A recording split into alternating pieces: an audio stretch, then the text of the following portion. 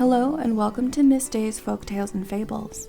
I'm Eliza Day, and today I'll be reading to you Vasilisa the Beautiful, translated by Irina Zelenova. Long, long ago, in a certain tsardom, there lived an old man and an old woman and their daughter Vasilisa. They had only a small hut for a home, but their life was a peaceful and happy one. However, even the brightest of skies may become overcast, and misfortune stepped over their threshold at last. The old woman fell gravely ill, and feeling that her end was near, she called Vasilisa to her bedside, gave her a little doll, and said, "Do as I tell you, my child. Take good care of this little doll and never show it to anyone. If ever anything bad happens to you, give the doll something to eat and ask its advice. It will help you out in all of your troubles." Giving Vasilisa a last parting kiss, the old woman died.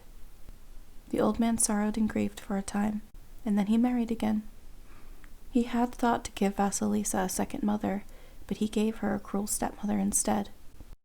The stepmother had 2 daughters of her own, 2 of the most spiteful, mean, and hard-to-please young women that ever lived. The stepmother loved them dearly and was always kissing and coddling them, but she nagged at Vasilisa and never let her have a moment's peace. Vasilisa felt very unhappy, for her stepmother and stepsisters kept chiding and scolding her, making her work beyond her strength. They hoped that she would grow thin and haggard with too much work, and that her face would turn dark and ugly in the wind and sun. All day long they were at her, one or the other of them shouting, "Come, Vasilisa! Where are you, Vasilisa? Fetch the wood, don't be slow, start a fire, mix the dough, wash the plates, milk the cow, scrub the floor, hurry now, work away and don't take all day." Vasilisa did all she was told to do. She waited on everyone and always got her chores done on time. And with every day that passed, she grew more and more beautiful. Such was her beauty as could not be pictured and could not be told, but was a true wonder and joy to behold. And it was her little doll that helped Vasilisa in everything. Early in the morning, Vasilisa would milk the cow, and then, locking herself in the pantry, she would give some milk to the doll and say, "Come, little doll, drink your milk, my dear, and I'll pour out all my troubles in your ear, your ear." And the doll would drink the milk and comfort Vasilisa and do all her work for her. Vasilisa would sit in the shade, twining flowers into her braid, and, before she knew it, the vegetable beds were weeded, the water brought in, the fire lighted, and the cabbage watered. The doll showed her an herb to be used against sunburn, and Vasilisa used it and became more beautiful than ever. One day, late in the fall, the old man set out from home and was not expected back for some time. The stepmother and the 3 sisters were left alone. They sat in the hut, and it was dark outside and raining, and the wind was howling. The hut stood at the edge of a dense forest, and in the forest there lived Baba Yaga, a cunning witch and sly, who gobbled people up in the wink of an eye. Now to each of the 3 sisters the stepmother gave some work to do. The first she set to weaving lace, the second to knitting stockings, and Vasilisa to spinning yarn. Then, putting out all the lights in the house except for a single splinter of birch that burned in the corner where the 3 sisters were working, she went to bed. The splinter crackled and snapped for a time and then went out. "What are we to do?" cried the stepmother's 2 daughters. "It is dark in the hut and we must work. One of us will have to go to Baba Yaga's house to ask for a light." "I'm not going," said the elder of the 2. "I am making lace and my needle is bright enough for me to see by." "I'm not going either," said the second. "I am knitting stockings and my 2 needles are bright enough for me to see by." Then, both of them shouting, "Vasilisa is the one. She must go for the light. Go to Baba Yaga's house this minute, Vasilisa." They pushed Vasilisa out of the hut. The blackness of night was about her, and the dense forest, and the wild wind. Vasilisa was frightened. She burst into tears and took out her little doll from her pocket. "Oh, my dear little doll," she said between sobs. "They are sending me to Baba Yaga's house for a light, and Baba Yaga gobbles people up, bones and all." "Never you mind," the doll replied. "You'll be all right. Nothing bad can happen to you while I'm with you." "Thank you for comforting me, little doll," said Vasilisa, and she set off on her way. About her the forest rose like a wall, and, in the sky above, there was no sign of the bright crescent moon, and not a star shone. Vasilisa walked along trembling and holding the little doll close. All of a sudden, whom should she see but a man on horseback galloping past. He was clad all in white, his horse was white, and the horse's harness was of silver and gleamed white in the darkness. It was dawning now, and Vasilisa trudged on, stumbling and stubbing her toes against tree roots and stumps. Drops of dew glistened on her long plait of hair, and her hands were cold and numb. Suddenly another horseman came galloping by. He was dressed in red, his horse was red, and the horse's harness was red too. The sun rose. It kissed Vasilisa and warmed her and dried the dew on her hair. Vasilisa never stopped but walked on for a whole day, and it was getting on toward evening when she came out to a small glade. She looked, and she saw a hut standing there. The fence round the hut was made of human bones and crowned with human skulls. The gate was no gate, but the bones of men's legs. The bolts were no bolts, but the bones of men's arms, and the lock was no lock, but a set of sharp teeth. Vasilisa was horrified and stood stock still. Suddenly a horseman came riding up. He was dressed in black, his horse was black, and the horse's harness was black too.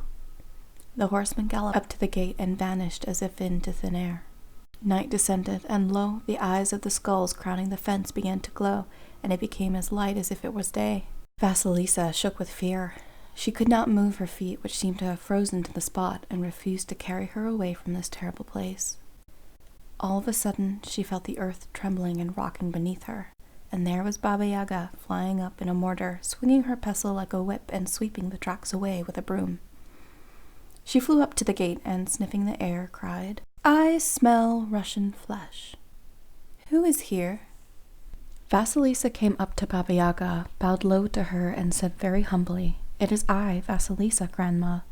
My stepsister sent me to you to ask for a light." "Oh, it's you, is it?" Baba Yaga replied. "Your stepmother is a kinswoman of mine." "Very well, then, stay with me for a while and work, and we'll see what is to be seen." And she shouted at the top of her voice, "Come unlocked, my bolt so strong, open up, my gate so wide." The gate swung open, Baba Yaga rode in on her mortar, and Vasilisa walked in behind her. Now at the gate there grew a birch tree, and it made as if to lash Vasilisa with its branches. "Do not touch the maid, birch tree, it is I who brought her," said Baba Yaga. They came to the house, and at the door there lay a dog, and it made as if to bite Vasilisa. "Do not touch the maid, it is I who brought her," said Baba Yaga. They came inside, and in the passage an old grumbler-rumbler of a cat met them and made as if to scratch Vasilisa. "Do not touch the maid, you old grumbler-rumbler of a cat, it was I who brought her," said Baba Yaga. "You see, Vasilisa," she added, turning to her, "it is not easy to run away from me. My cat will scratch you, my dog will bite you, my birch tree will lash you and put out your eyes, and my gate will not open to let you out." Baba Yaga came into her room, and she stretched out on a bench. "Come, black-browed maid, give us something to eat," she cried. And the black-browed maid ran in and began to feed Baba Yaga.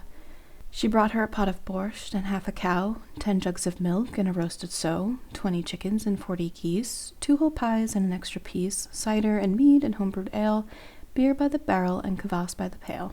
Baba Yaga ate and drank up everything, but she only gave Vasilisa a chunk of bread. "And now, Vasilisa," said she, "take this sack of millet and pick it over seed by seed, and mind that you take out all the black bits, for if you don't, I shall eat you up." Baba Yaga closed her eyes and began to snore. Vasilisa took the piece of bread and put it before her little doll and said, "Come, little doll, eat this bread, my dear, and I'll pour out all my troubles in your ear, your ear." Baba Yaga has given me a hard task to do, and she threatens to eat me up if I do not do it. Said the doll in reply, "Do not grieve and do not weep, but close your eyes and go to sleep, for morning is wiser than evening." And the moment Vasilisa was asleep, the doll cried out in a loud voice, "Tomtits, pigeons, sparrows, hear me. There is work to do, I fear me.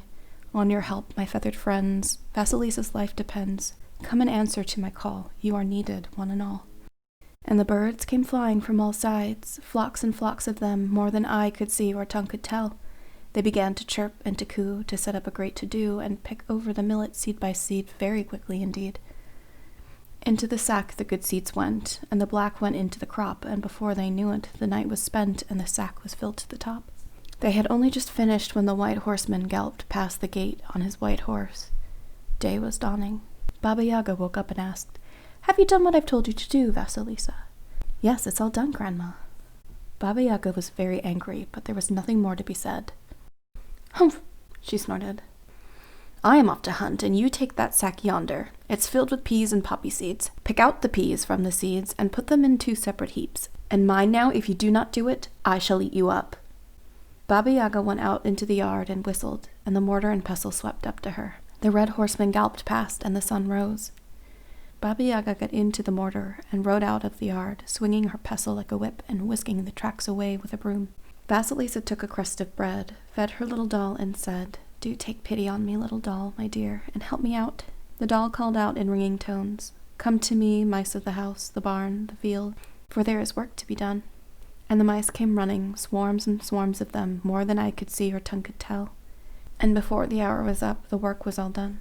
It was getting on toward evening, and the black-browed maid set the table and began to wait for Baba Yaga's return. The black horseman galloped past the gate, night fell, and the eyes of the skulls crowning the fence began to glow. And now the trees groaned and crackled, and Baba Yaga, the cunning witch and sly, who gobbled people up in the wink of an eye, came riding home. "Have you done what I've told you to do, Vasilisa?" she asked. "Yes, it is all done, Grandma." Baba Yaga was very angry, but what could she say? "Well then, go to bed. I am going to turn in myself in a minute." Vasilisa went behind the stove and heard Baba Yaga say, "Light the stove, black-browed maid, and make the fire hot. When I wake, I shall roast Vasilisa." And Baba Yaga lay down on a bench, placed her chin on a shelf, covered herself with her foot, and began to snore so loudly that the whole forest trembled and shook. Vasilisa burst into tears, and, taking out her doll, put a crust of bread before it. "Come, little doll, have some bread, my dear, and I'll pour out all my troubles in your ear, for Baba Yaga wants to roast me and eat me up," said she. And the doll told her what she must do to get out of trouble without more ado. Vasilisa rushed to the black-browed maid and bowed low to her. "Please, black-browed maid, help me," she cried. "When you are lighting the stove, pour water over the wood so it does not burn the way it should. Here is my silken kerchief for you to reward you for your trouble." Said the black-browed maid in reply, "Very well, my dear, I shall help you.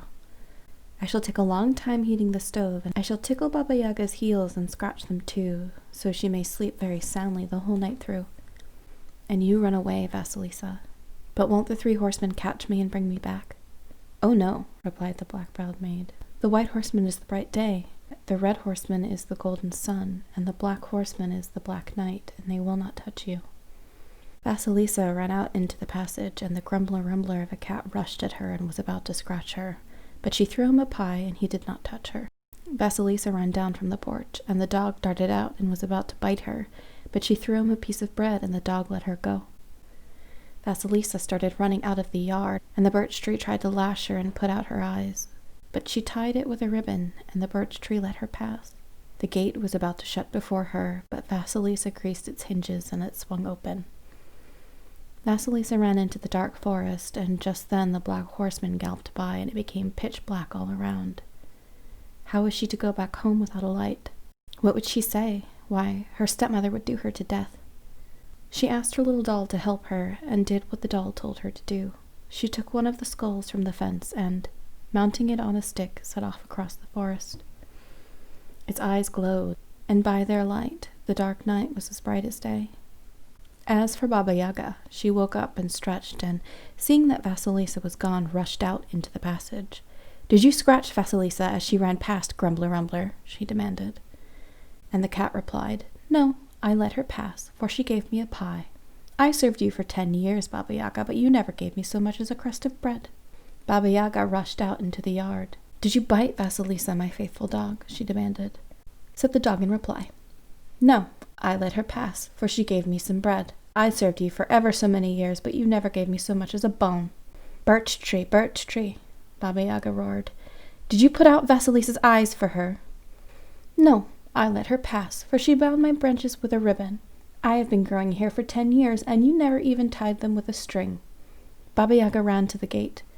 "Gate, gate," she cried. "Did you shut before her that Vasilisa might not pass?" Said the gate in reply, "No, I let her pass, for she greased my hinges. I served you for ever so long, but you never even put water on them." Baba Yaga threw into a temper. She began to beat the dog and thrash the cat, to break down the gate and to chop the birch tree, and she was so tired by then that she forgot all about Vasilisa. Vasilisa ran home, and she saw that there was no light on in the house. Her stepsisters rushed out and began to chide and scold her. "What took you so long fetching the light?" they demanded. "We cannot seem to keep one on in the house at all. We have tried to strike a light again and again, but to no avail. And the one we got from the neighbors went out the moment it was brought in. Perhaps yours will keep burning." They brought the skull into the hut, and its eyes fixed themselves on the stepmother and her 2 daughters and burnt them like fire. The stepmother and her daughters tried to hide, but run where they would, the eyes would follow them and never let them out of their sight. By morning they were burnt to a cinder, all 3, and only Vasilisa remained unharmed. She buried the skull outside the hut, and a bush of red roses grew up on the spot. After that, not liking to stay in the hut any longer, Vasilisa went into the town and made her home in the house of an old woman. One day she said to the old woman, "I am bored sitting around doing nothing. Buy me some flax, the best you can." The old woman bought her some flax, and Vasilisa set to spinning yarn. She worked quickly and well, the spinning wheel humming and the golden thread coming out as even and thin as a hair. She began to weave cloth, and it turned out so fine that it could be passed through the eye of a needle like a thread. She bleached the cloth, and it came out whiter than snow. "Here, Grandma," said she, "go and sell the cloth and take the money for yourself." The old woman looked at the cloth and gasped. "No, my child, such a cloth is only fit for the Tsarevich to wear. I had better take it to the palace." She took the cloth to the palace, and when the Tsarevich saw it, he was filled with wonder. "How much do you want for it?" he asked. "This cloth is too fine to be sold. I have brought it to you for a present." The Tsarevich thanked the old woman, showered her with gifts, and sent her home. But he could not find anyone to make him a shirt out of the cloth, for the workmanship had to be as fine as the fabric. So he sent for the old woman again and said, "You wove this fine cloth, so you must know how to make a shirt out of it." "It was not I that spun the yarn or wove the cloth, Tsarevich, but a maid named Vasilisa." "Well then, let her make me a shirt." The old woman went home, and she told Vasilisa all about it. Vasilisa made 2 shirts, embroidered them with silken threads, and studded them with large round pearls, and, giving them to the old woman to take to the palace, sat down at the window with a piece of embroidery. By and by, whom should she see but one of the Tsar's servants come running toward her. "The Tsarevich bids you come to the palace," said the servant. Vasilisa went to the palace, and, seeing her, the Tsarevich was smitten with her beauty. "I cannot bear to let you go away again. You shall be my wife," he said. He took both her milk-white hands in his, and he placed her in the seat beside his own. And so Vasilisa and the Tsarevich were married, and when Vasilisa's father returned soon afterwards, he made his home in the palace with them. Vasilisa took the old woman to live with her too, and as for the little doll, she always carried it about with her in her pocket. And thus they are living to this very day, waiting for us to come for a stay. That's all I have for you today. Until next time.